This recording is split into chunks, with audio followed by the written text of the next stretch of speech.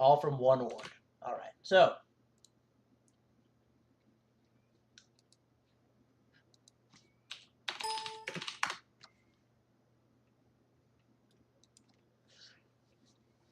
All right. So. That's pretty much all I'm going to talk about Regressive Vision here. Need to speed up the lesson a little bit. Let's talk about potions.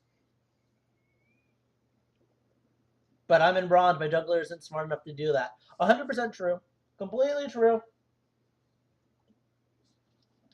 If that's the case, you just play safe, right? You have the vision. You have to play safe.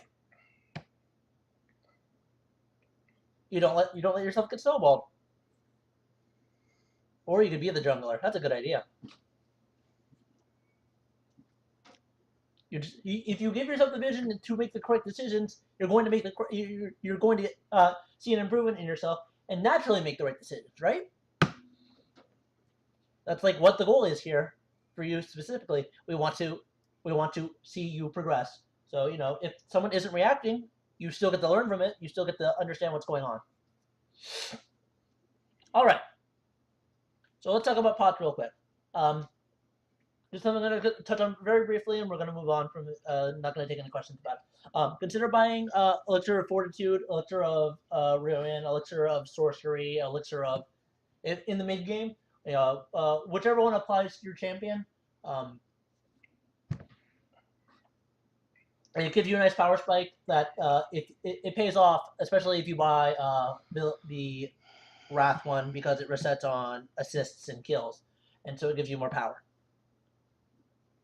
And it allows you it's like a hidden source of power that a lot of people don't pick up on and buy for mid game because they don't think it's strong enough. It's plenty strong, believe me, and it helps you push towers in every single situation too. Anyways, so let's talk about so we've spent about like a good 20, 30 minutes talking about winning lane. Let's talk about losing lane. Okay, you lost. You suck. You didn't give up vision. You weren't very good on your vision. Everyone got ganked. Everyone's behind. Let's talk about how to come back from behind. So there's always everyone wants to give up and surrender at 20, but there are quite a few games that are actually winnable, especially when it's you're down like 2 kills and maybe a tower, and you just need to play out the game and accept that you lost. This is where you need to put your pride aside. We'll be going over mentality next week, so I'm not going to go too deep into that. And you need to hold fast and look for mistakes. You need to look for mistakes. You need to look to punish them. Obviously, League of Legends is fun when everyone's winning. Everyone's having a great time, right? So much fun. So glad. You're glad you're playing the game. Blah blah blah. But when you're behind, it's actually very important to understand what you need to be doing. So I'm gonna go over vision regarding playing defensively. So let's say mid game, every tower's down on blue side, and you need to start looking for vision. They got 2 dragons. This isn't up anymore, and you need to start looking for vision.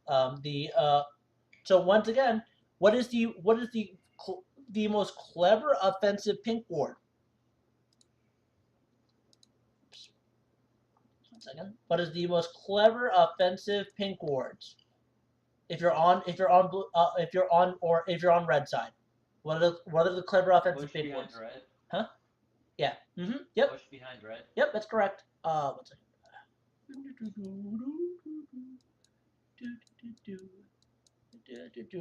All right, so this. So what's the first place you should be checking when you're behind? Big surprise! This brush right here. If you find the pink in there, awesome. Sweepers become very important. Support in junglers should still be buying sweepers just to get the vision out of your jungle. So you have you have at least some sort of security in trying to take your red buff, your blue buff. They're gonna contest you for everything in these situations, right? They're just gonna come in through here, or here, and here, and here. But if you're able to clear out vision, maybe they won't have the timer. Maybe you'll continue to be able to take it. Maybe you'll be able to continue to farm up. First place you should always check though is over here, and over here. Once again, flip, just flip for the other side. I'm only gonna go over one side here. Um, you want to establish vision in here. You want to establish vision and entrances as best as you can. Pink wording, you want to, it's probably going to be cleared out, but there's not much you can do about it.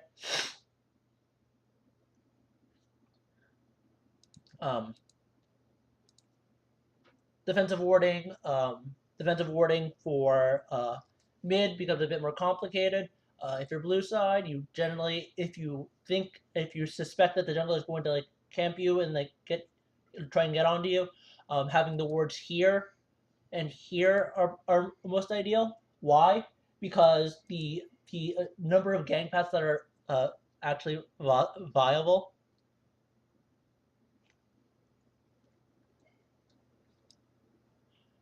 are that's fine.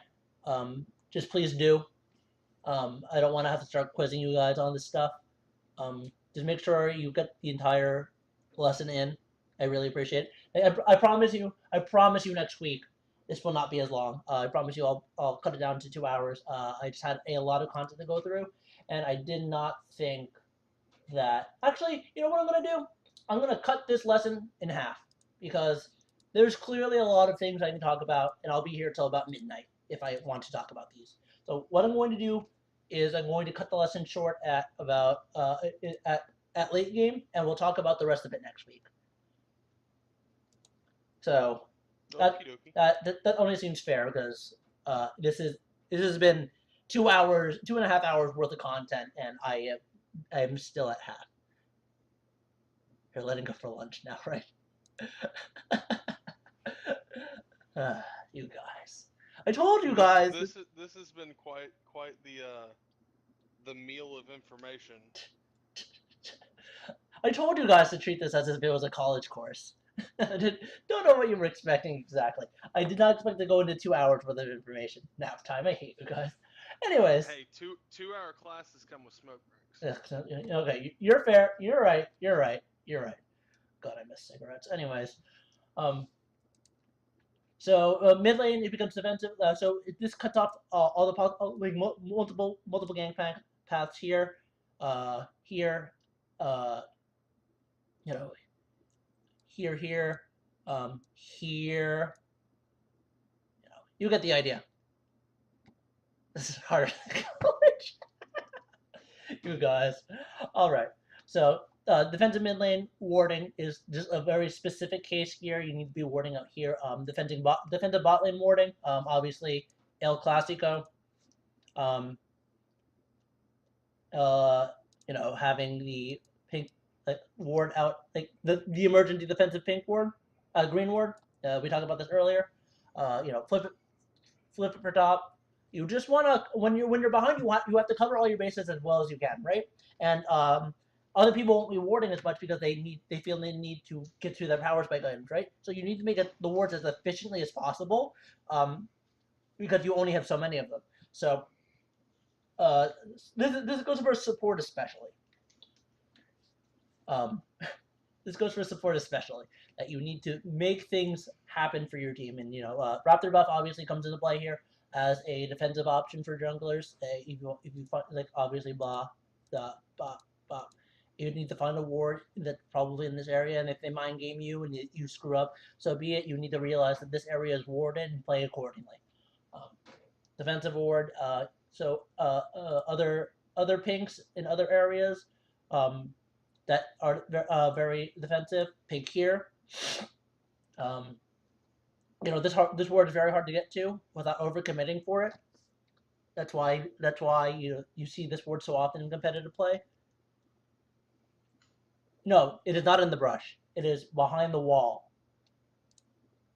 So the ward would normally be here, right? But the ward is actually right behind the wall. I can't zoom in, unfortunately, but my point still stands. It's actually behind the wall here. Very good ward if you need to sweep out. If you need to make sure that there's no random ward here or here. That's what it's there for. It's for it's a very defensive ward. to make sure that people aren't coming in through here. And you're able, if they do commit for this ward, you're able to collapse, right? Like if everyone, let's bring everyone over here. Mm-hmm.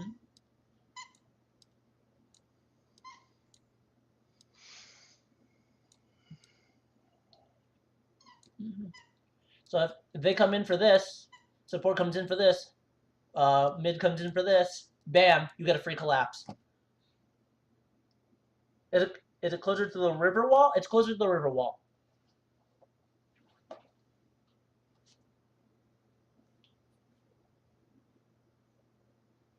And the pathing to get to this ward is rather strange, right? Because you can't go through here if the tower's still up. That's not possible. So it becomes a very nice defensive ward. If it becomes a very nice defensive ward, if you're able to maintain your mid tower, especially.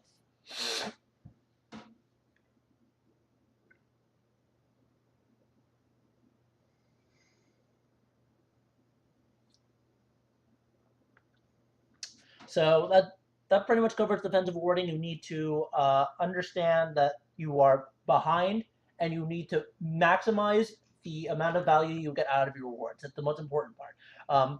Sometimes it's going to be really difficult because everyone on the enemy team has like they have like 2 upgraded trinkets and like 5 pink wards, and everything's going terribly, and they're like 15-0, and it's very hard. But sometimes you just gotta do.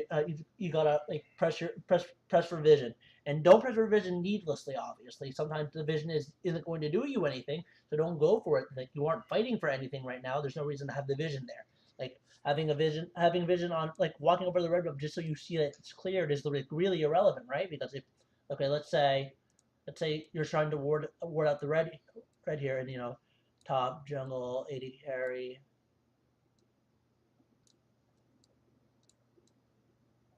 Mid, they're all here, and you go to ward this, collapse, you're dead. Like there's no reason to go for vision like that there. You need to go for vision when it's safe, and if they sweep it out, so be at least you didn't die. Kawhi, does it make sense? I want you to understand this concept of vision here. That you don't go for vision when it's unsafe unless you absolutely direly need it. You need to go for vision safely and maximize it when it's safe. And if you want to actually see red, you can actually just ward right out of the wall here, and then you get to see it. And that way they can't collapse on you because that requires them flashing over a wall. If they have flashed, that means they're like super ahead and can like do whatever the hell they want. But those games happen.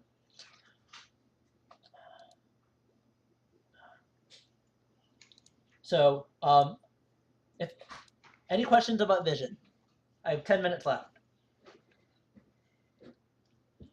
Defensively, any questions about defensive vision?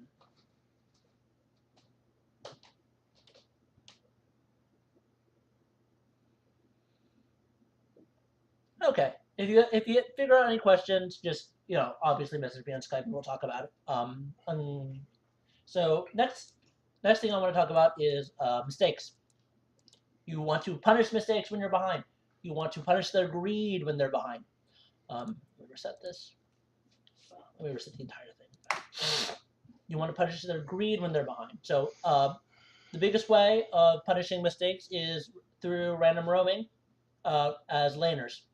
Top especially. I'm just going to give one example of how you can punish greed when behind. So obviously, let's say we're blue side. AD carry and support are playing up.